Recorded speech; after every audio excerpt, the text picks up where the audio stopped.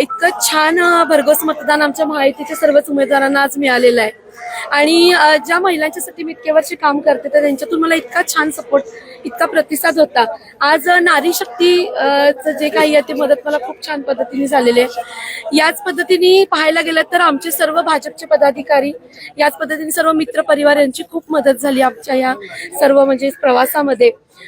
तर मी सर्वांचे आभारी आहे. याच पद्धतीने भारतीय जनता पार्टी यांचे मी खूप आभारी आहे. मला ही संधी दिली माननीय अमल माडिक सर, माननीय धनंजय माडिक सर यांनी ही संधी दिल्याबद्दल आम्ही त्यांचे आभारी आहोत. हो, नक्कीच. आमचा प्रभाग क्रमांक 20 थोडंसं वेगळे पण होतं, कारण इतर प्रभागांमध्ये जिथे 4 उमेदवार आहेत तिथे आमच्या प्रभागामध्ये 5 उमेदवार होते.